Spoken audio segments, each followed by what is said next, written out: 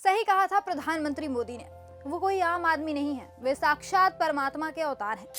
उनकी कही बात आज नहीं तो कल सच साबित हो जाती है। अब देखिए ना, लोकसभा चुनाव में मोदी जी ने महिलाओं को मंगलसूत्र छिन जाने का डर दिखाया था। हमारी बहनों के पास सोना कितना है उसकी जांच की जाएगी, उसका हिसाब लगाया जाएगा। हमारे आदिवासी परिवारों में चांदी होती है, सिल्वर कितना है उसका हिसाब लगाया जाएगा। और अब नीति आयोग की एक रिपोर्ट में खुलासा हुआ है कि महिलाएं अपना सोना गिरवी रखकर कर्ज लेने को मजबूर हैं।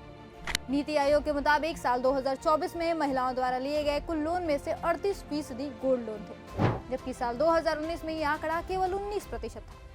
2019 से 2024 के बीच 4 करोड़ महिलाओं ने अपने सोने को गिरवी रख 4.7 लाख करोड़ का लोन लिया है। इससे पहले आरबीआई ने भी अपनी रिपोर्ट में बताया था कि साल 2024 के पहले 7 महीने में सोना गिरवी रखकर कर्ज लेने के मामले में 50% बढ़ोतरी हुई है। पहले इन्होंने नोटबंदी लागू कर महिलाओं का स्त्री धन गायब किया। अब महंगाई और गिरती घरेलू बचत के चलते वे अपने सबसे कीमती चीज अपने गहने गिरवी रखने को मजबूर हैं। देख रहे हैं आप कैसे मोदी जी की कही बात सच हो रही है। ऐसा दूरदर्शी प्रधानमंत्री भारत ने आज तक कभी न देखा और न आगे कभी देख पाएगा।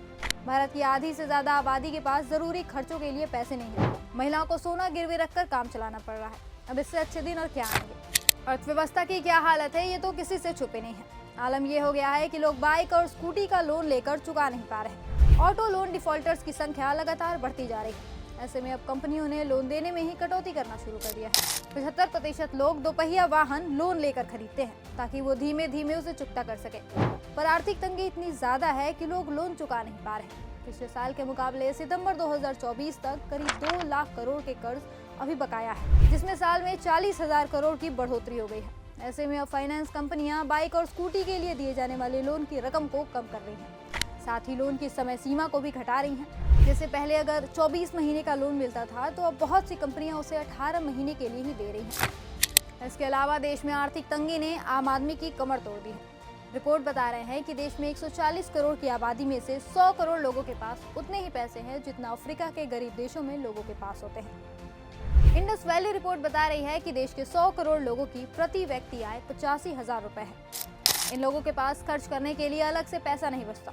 ये अकेली ऐसी रिपोर्ट नहीं है जो मोदी राज में भारत की दुर्दशा दिखा रही है। हाल ही में जारी ब्लूम वेंचर्स के रिपोर्ट में भी यही आंकड़े सामने आए थे।